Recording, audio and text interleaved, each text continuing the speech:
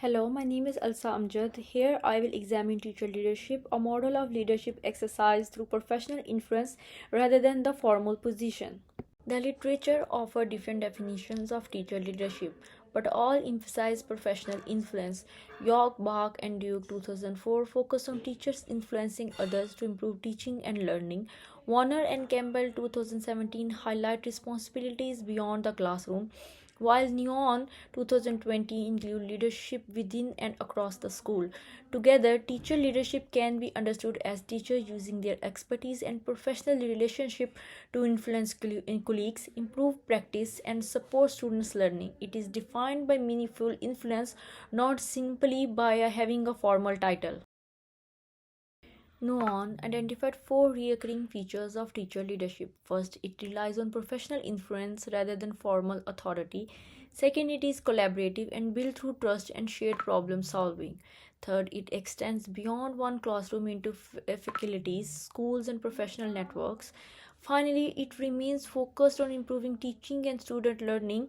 Therefore, authentic teacher leadership is demonstrated through their credible action rather than their status. Teacher leadership is most commonly in primary and secondary schools, but it can also occur in early childhood, tertiary, and system level settings. Teacher may mentor colleagues, model effective practice, lead professional learning, design curriculum, or contribute to school improvement projects. Leadership can be formal, such as the faculty coordinator role, or informal, such as a trusted teacher sharing successful strategies. This flexibility allows teachers to lead in different ways, although it can sometimes make the responsibility difficult to define and evaluate. Furman and Mackenzie studied teacher leadership across 7 schools in Maine. Teachers influence their colleagues directly through coaching, collaboration, and sharing resources, and indirectly by modeling effective practice and building a positive professional climate. Their influence extended from individual classroom to teaching teams, whole school improvement, and professional network. Interestingly, many teachers did not initially recognize their work as leadership. Their credibility developed through trusted relationship, demonstrated expertise rather than formal authority. The Australian context offers both a framework and a warning. AITSL leads states expect teachers to lead colleagues, evaluate programs, and improve learning. New South Wales define teacher leaders as classroom teachers whose influence extends beyond their own students. However, Conway found limited coherence between system and expectations and school understanding. The recommended alignment that respects principals and teachers as custodian of the context. Policy recognition helps, but implemented must be negotiated rather than imposing on the schools. The literature suggests that teacher leadership usually affects students indirectly. Teacher leaders use their expertise and classroom experience to build credibility. They rely on trust, collaboration, and professional relationship to influence colleagues. This may improve teaching practice and strengthen the school learning culture, which can then support student engagement and achievement. However, direct causal evidence connecting teacher leadership to student outcomes remain very limited. Schools should therefore recognize its potential without overstating its impact. A major strength of teacher leadership is professional growth. Teacher leaders build knowledge, confidence, and leadership skills while their colleagues learn through mentoring, modeling, and collaboration.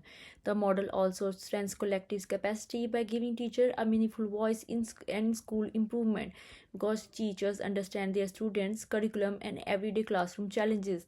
They can develop practical solutions. Changes may also be more sustainable when knowledge and responsibility are shared across the school rather than held by one formal leader. Teacher leadership also has important limitations. Much of the research is small scale with limited direct evidence connecting the model to improved student outcomes. Unclear roles may also create workload pressure, conflict between teachers and leadership duties or responsibilities without any genuine authority on the teachers. Some colleagues may resist being led by their peers, particularly if teacher leaders appear to act as informal supervisor. Equity focused research is also limited, therefore schools should avoid assuming the model will automatically succeed and should evaluate its impact within their own context. Four conditions enable effective teacher leadership. The one is shared purpose, a trusting culture, a supportive structure, and principal support. Leadership should focus on a clear student learning or school improvement goals. Teachers also need psychological safety, protective time, clear responsibilities, and also professional learning and access to evidence. Principles remain essential because they legitimize teachers leaders, protected time, and include them in like meaningful decisions. Teachers leadership distribute influence, but it is not a leaderless. Formal leaders create the conditions to for a credible peer leadership. A major barrier is the lack of protected time, as leadership duties are often added to an already fully teaching workload. Other barriers include unclear roles, responsibility without any authority, hierarchical decision making, and weak professional relationship. Australian research also identifies system school misalignment where policies support teacher leadership but school level expectations remain unclear. These are organization issues, so improving individual confidence alone will not make teacher leaderships any effective. My recommendation will be supported cycle of teacher influence. School should begin by identifying one learner-centered problem and selecting teacher leaders based on relevant expertise and their peer credibility. Leaders must then provide protected time, clear responsibilities, and general decision-making authorities. Monitoring and collaboration should make the role supportive rather than supervisory. Finally, schools should review evidence from teaching practice, student learning, and like the practical feedback, then adjust the approach when needed. This creates sustainable teacher leadership while reducing the role confusion and workload pressure on the teachers. I chose teacher leadership because it shows that I can lead before holding any formal title. However, I recognize that I can become quiet in unfamiliar professional settings.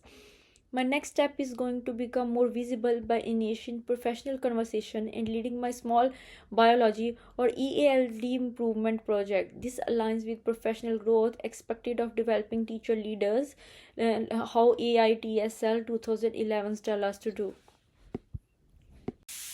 In conclusion, teacher leadership is a supportive process of professional influence, not a displacement for principals or a source of unpaid duties. Its main strength is building collective capacity, and a credible teachers help colleagues improve practice. However, it can become ineffective without protected time, clear authority, and evidence of impact. Schools should therefore be trust, clarify responsibilities, and evaluate outcome. For me, teacher leadership provides a pathway from being a reflective biology teacher to become an inclusive professional leader. And these are all of my references with the research I have included here.